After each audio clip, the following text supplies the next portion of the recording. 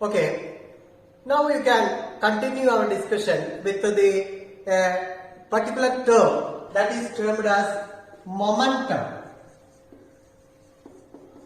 Momentum. And it is measured by the letter, indicated by the letter P. P stands for momentum in physics discussion. Okay, what is meant by momentum? Momentum is a quantity how the forces get measured. Okay, what is the effect of motion? What is the effect of force? How it can be measured? That is measured by the term momentum, and you can realize it. If a ball is falling from a little height, so we can catch it easily. But if the batsman has taken into very large height and the ball is coming from that much height, it is very difficult to take the catch.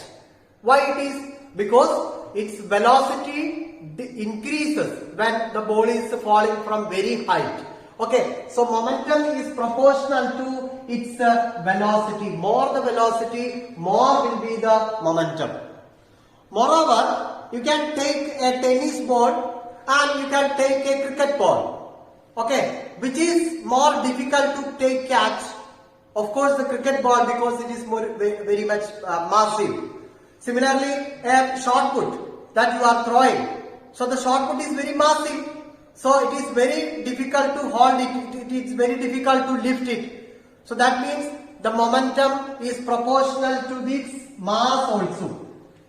Okay. So the momentum, the quantity of momentum is directly proportional to mass and as well as its velocity. So it is measured as the product of mass and velocity. Okay, and of course we have added the velocity term here, and you have already studied scalars and vectors. So velocity is a vector quantity, so momentum is also a vector quantity. What is the direction of momentum? Same as the direction of velocity. So if a road roller is situated or bus is at rest, you can take the example, a bus is at rest. What is its momentum? It has very large mass, so m is there. So what is v? V is 0 because the body is at rest.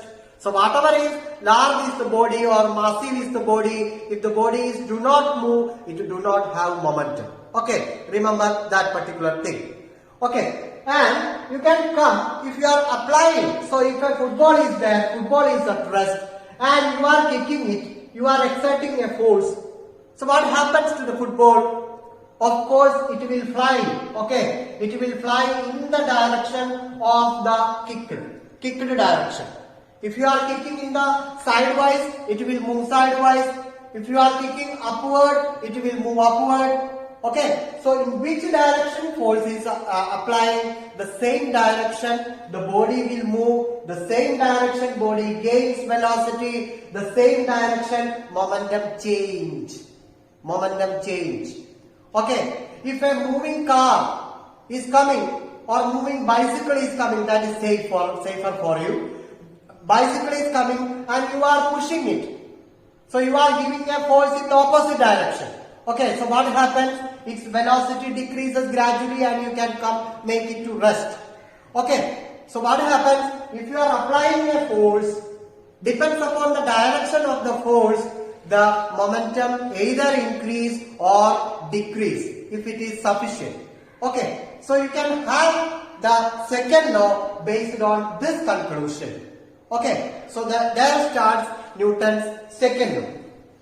As per the second law, what is the rate of change of momentum? Rate of change of momentum of a body is directly proportional to the applied force and takes place in the direction in which the force acts. It is very important. So what is meant by change of momentum? Delta P it is indicated. What is delta P? Delta P is final momentum minus initial momentum. You know we have a procedure. V stands for final moment velocity and U is the initial velocity. So this is the initial, mu is the initial momentum, mv is the final momentum. So this is the change of momentum as a whole. Okay, and t is the time taken for the change. Okay, velocity changes from u to v, it takes a time for that. That is termed by t here. So as a whole, this is termed as rate of change of momentum. Rate of change of momentum. Okay. And as per the second law, it is directly proportional to the force. So you can write the left side as force. Okay. Then take the m outside. Then it will be v minus u by t. What is it? Change of velocity by time. Rate of change of velocity. What is rate of change of velocity? Of course, it is acceleration. You have already studied. Okay, you have already studied the acceleration. Whenever there is a velocity change, the rate of change of velocity is measured as the acceleration. Okay, so replacing this with acceleration, you can have the force is m into this m into acceleration. Okay, and for changing this proportionality into equality, you can introduce this constant here. K is a constant of proportionality. F is equal to KMA. And for SI system international unit, the K is taken as 1. So the expression of force is F is equal to MA. Okay, F is equal to MA. Moreover, now you can see about the unit of force. Okay, what is the unit of force here? So F is equal to MA, you have already seen. You substitute the SI unit. Unit is kilogram and acceleration unit is meter per second square. So this is the derived unit of force. But for the respect of the scientist who formulated these theories and discussions and formulas and everything to the world of science, we are honoring him by taking this unit as Newton. Okay, and its symbol is capital letter N. So we accepted the unit of force as Newton, and it is equal to 1 kilogram meter per second square. Okay, so you can name differently, but we have to introduce to the scientific world how much is 1 Newton. Okay, how much is 1 Newton? That is comes under the definition of Newton. Now it comes here. Okay, so you put mass equal to 1 kilogram and acceleration equal to 1 meter per second square, then F will be always equal to 1 Newton. So how much is 1 Newton? 1 Newton applied on a body of mass 1 kg produces an acceleration of 1 meter square on that body. Okay, so 1 Newton is that much force which is capable of giving an acceleration of 1 meter per second square for a body of mass 1 kg. Okay, so we have a particular definitions for Newton, that is this one, very important. Okay, so that you have to remember. So this is about the Newton's second law, very basic law, and based on that we formulated the expression of force as F is equal to MA. What was the credit of first law? First law defined force. What is force? It is that agent which changes or tends to change the state of inertia. Second law gives what? Second law gives an expression of the force. Okay, so this is about first and second law. Next comes very interesting and very popular law, that is Newton's third law. Newton's third law.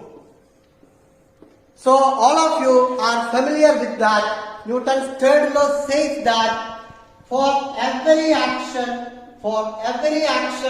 there is equal and opposite reaction.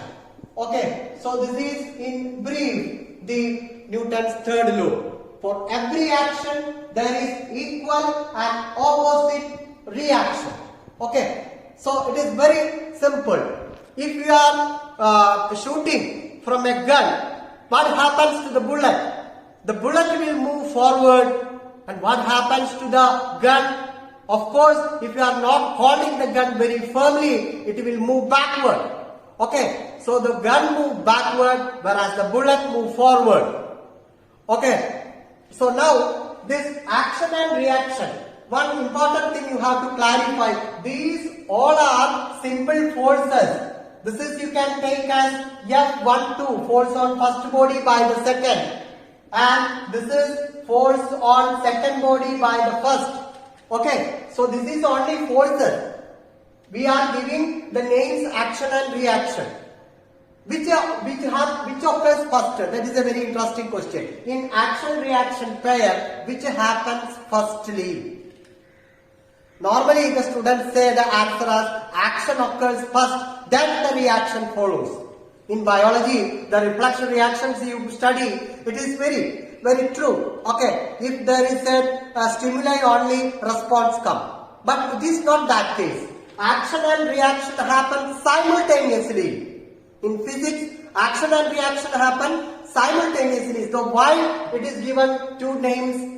Just to give an impression of that statement. Okay, of that statement of the third law, because more attractive only we have used action and reaction. Actually, it is two forces only. Okay, they both happen simultaneously. They are equal and opposite. Then comes another question. If I am giving one force downward, the same force upward, what is the status of this body?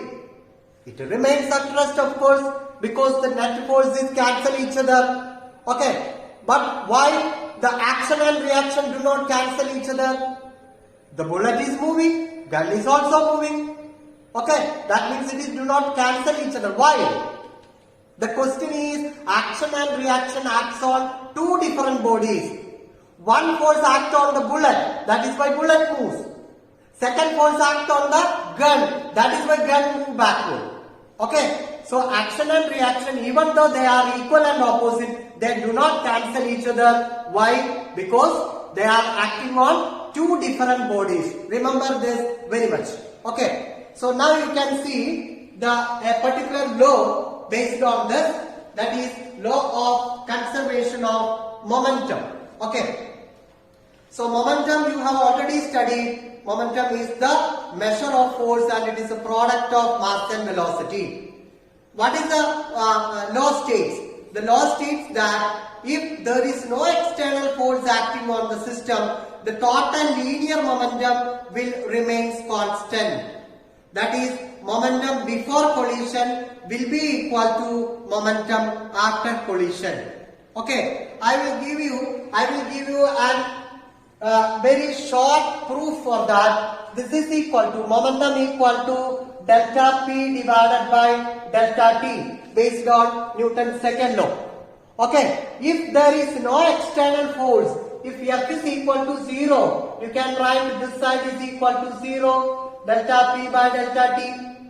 Okay, then goes to 1. If a ratio is equal to 0, obviously its numerator comes to 0, delta P is equal to 0, and what is delta P? Final momentum minus initial momentum equal to 0. So what is final momentum? P2 equal to initial momentum P1. Okay, initial momentum P1. So that is the statement.